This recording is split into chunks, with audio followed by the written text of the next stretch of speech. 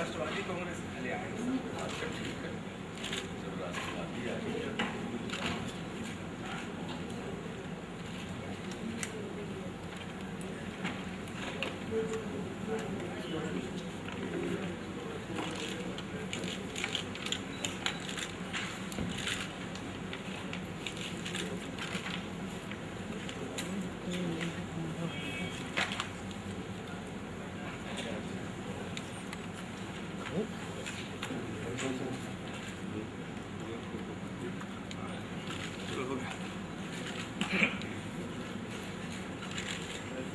चलो हो गया.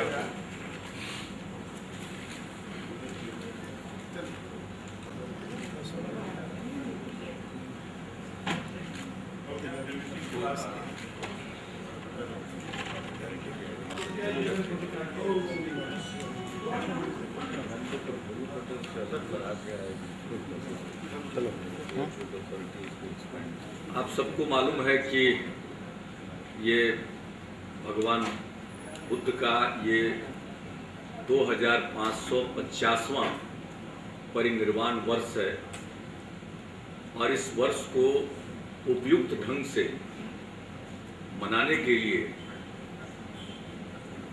राज्य सरकार ने मुख्यमंत्री की अध्यक्षता में एक आयोजन समिति का गठन किया है, जिसमें सभी दलों के प्रतिनिधियों को शामिल किया गया है और बौद्ध धर्मावलंबियों को इसमें शामिल किया गया है।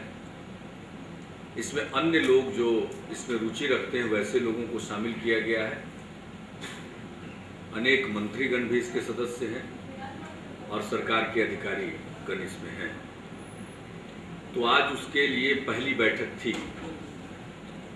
और उस बैठक में इस विषय पर चर्चा हुई कि हम उपयुक्त ढंग से मनाएं और इसके लिए क्या कुछ किया जाना। तो एक तो बनाया गया है एक आयोजन समिति जो सैद्धांतिक रूप में और नीतिगत रूप में कुछ फैसले करेगी।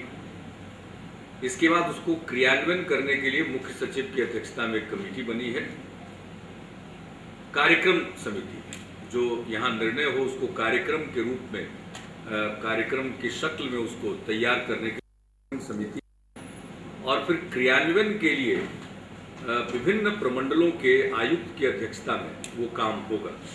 क्योंकि आप जानते हैं कि बुद्धिस्ट सर्किट से संबंधित अनेक जगह हैं, तो ये तय हुआ है कि हम इसके विभिन्न आयोजन करें पूरे साल में। आयोजन बोधगया में हो, आयोजन राजगीर नालंदा में हो, आयोजन वैशाली में हो, आयोजन केसरिया में हो, आयोजन विक्रमशिला में हो और आयोजन पटना में हो। इन जगहों पर विभिन्न कार्यक्रम आयोजित किए जाएंगे। तो उसके बारे में निर्णय हुआ है और आज की बैठक में लोगों ने इसके बारे में सुझाव दिया है और पहले से कमेटी की मीटिंग के लिए कला, संस्कृति और पर्यटन विभागों के द्वारा कार्यक्रम की एक रूपरेखा प्रस्तुत की गई थी। उस पर सब लोगों ने विचार प्रकट किया और उसको एक व्यापक रूप दिया गया और व्यापक तौर पर इसको मनाने का निर्णय लिया गया। समापन समारोह भी इस प्रकार का हो कि वह अंतर्राष्ट्रीय स्तर का बन पाए। और चूंकि राष्ट्रीय स्तर पर भी प्रधानमंत्री जी की अध्यक्षता में एक कमेटी बनी है, तो यह निर्णय हुआ कि उस कमेटी के द्वारा बिहार में जो आयोजन तय किए जाए उसके साथ बिहार सरकार अपने आयोजनों को मिलाए, तालमेल बिठाकर सिंक्रोनाइज करके उसको और भव्य और व्यापक किया जाए। और इसके अलावा अन्य जगहों पर राज्य सरकार यहाँ के लोगों की मदद से, जिसमें देश भर के लोग, दूसरे देशों के लोग आमंत्रित किए आए, जिसमें पेंटिंग से लेकर कल्चरल एक्टिविटी से लेकर भगवान बुद्ध के दर्शन पर आधारित पुस्तकों से लेकर अनेक प्रकार के आयोजन इस ढंग से हों कि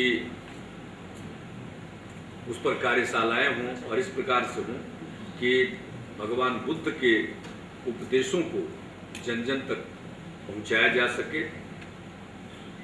और इसके साथ ही साथ आज की बैठक में यह भी तय किया गया है कि यह हमारा सौभाग्य है कि यह धरती का संबंध भगवान बुद्ध, इस धरती का संबंध भगवान बुद्ध से है, तो हम इसके माध्यम से जो अपनी योजना है बुद्धिस्ट सर्किट की और बिहार को दुनिया में प्रेजेंट करने की, उस योजना को भी हम कार्य रूप इस वर्ष में देने की दिशा में आगे बढ़े। और इस वर्ष की स्मृति में कई चीज़ें डेवलप की जाए, जिसमें उद्यान भी है और एक विचार है पटना में उद्यान विकसित करने का। फिर बोध गया में कुछ इस वर्ष की स्मृति में कुछ स्थायी विकास करने का। और ये भी जानकारी दी गई कि एक बहुत बड़ा काम बिहार सरकार ने इनिशिएट किया है, वह है नालंदा इंटरनेशनल यूनिवर्सिटी का। उसके लिए भी सारा कार्य इसी वर्ष प्रारंभ होने वाला है। तो इसी परिनिर्वाण वर्ष के साथ वर्ष पर्यंत चलने वाले अनेक महत्वपूर्ण कामों में एक महत्वपूर्ण कार्य वह भी होगा। तो इसमें आज जिसको आप कह सकते हैं कि प्रारंभिक चर्चा हुई है और जो कार्यक्रमों को निर्धारित करने के लिए मुख्य सचिव की अध्यक्षता में कमेटी है, उनको निर्देश दिया गया है कि बातचीत के आलोक में वो कार्यक्रम तैयार करें और महीना डेढ़ महीना के बाद फिर इसकी बैठक होगी। आज हमने यह भी कहा है कि हमारे लिए गौरव की बात है कि हमारे महामहिम राज्यपाल RS गवई साहब का भी संबंध बौद्ध धर्म से है, तो उनका भी सुझाव इस साल को किस ढंग से बिहार में आयोजित किया जाए वह भी सुझाव प्राप्त किया जाए। और उसके लिए हमने पर्यटन मंत्री, कला संस्कृति मंत्री, पर्यटन सचिव और कला संस्कृति सचिव चारों को कहा है कि आप अपनी पूरी रेखा आज के चर्चा के बाद जो आई है उसके साथ महामहिम राज्यपाल जी से भी दिशा निर्देश प्राप्त करें और सबके आलोक में अंततोगत्वा कार्यक्रम तैयार किया जाए। मेरी अनौपचारिक रूप में राज्यपाल महोदय को हमने आग्रह किया कि 2550वां वर्ष है, तो ये बहुत ही अच्छा मौका है और अच्छे अवसर पर आपका पदार्पण बिहार में हुआ है, तो बिहार को इसका भी लाभ मिलेगा आपके अनुभवों का। ये कार्यक्रम प्रस्ताव तो इनका है कि अक्टूबर महीने से शुरू किया जाए और मई तक वो चलेगा, तो पूरे कार्यक्रमों को बनाकर यही है, लेकिन तिथियों को लेकर अभी और विचार विमर्श लोग करेंगे। रेल मंत्री के संभव नहीं, हमारे समय में संभव नहीं था, लेकिन इसका परिनिर्वाण से क्या रिश्ता है? कैसे देखते हैं आप इसको, क्या न्यूसेंस देखते हैं? क्योंकि बिहार में पहले ये लोग करते रहते हैं, एक मंत्री का रिश्तेदार ऐसी हरकत करता है। हम आपको कहेंगे कि सारी गतिविधियों को बड़े बड़े विज्ञापन जो रेल मंत्रालय के द्वारा या रेलवे के PSUs के द्वारा छपवाए जाते हैं, उस बैकग्राउंड में देखिए, ये सब तरक्की की निशानी है। आज तक आजादी के बाद 2004 के 22 मई तक रेलवे या रेलवे के PSUs के द्वारा जितने विज्ञापन रेलवे से संबंधित जारी किए गए हों, उनका खर्च जुड़वा लीजिए आप लोग, और पिछले 2 वर्षों में जितना विज्ञापन रेलवे और रेलवे के PSUs के द्वारा दिया गया उसको भी आप देख लीजिएगा कभी। तो बस शाइनिंग रेलवे है, लेकिन मिसयूज हो रहा है पावर का, मिसयूज हो रहा है। ये शाइनिंग रेलवे है, रिश्तेदारों के द्वारा मिसयूज हो रहा है। बता रहे हैं, हमारी प्रतिक्रिया तो साफ सुन लीजिए। ये जो आप उदाहरण दे रहे हैं यही शाइनिंग रेलवे है, और बिल्कुल 10 मिनट पहले ट्रेन के जाने के 10 यही टर्न अराउंड है। ये उदाहरण बता रहा कि यही टर्न अराउंड है और यही शाइनिंग है रेलवे का। और ये चीजें कभी संभव नहीं थी हम लोगों के समय। बाकी सब चीजें तो ऐसे ही चलता, जैसे बिहार चला वैसे ही रेलवे भी चलेगा। और यात्रियों की सुरक्षा के साथ जो खिलवाड़ किया गया, बिल्कुल ट्रेन जाने के 10 मिनट पहले दोनों को दबंगई दिखाई वहाँ पे।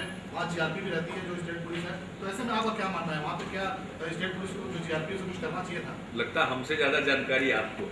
नहीं भूपेंद्र जी, आपको लगता है कि बिहार में जिस तरह से लोगों ने किया, अब यही चीज वो रेलवे में जाकर कर रहे हैं, वहां पर जाके कर रहे हैं?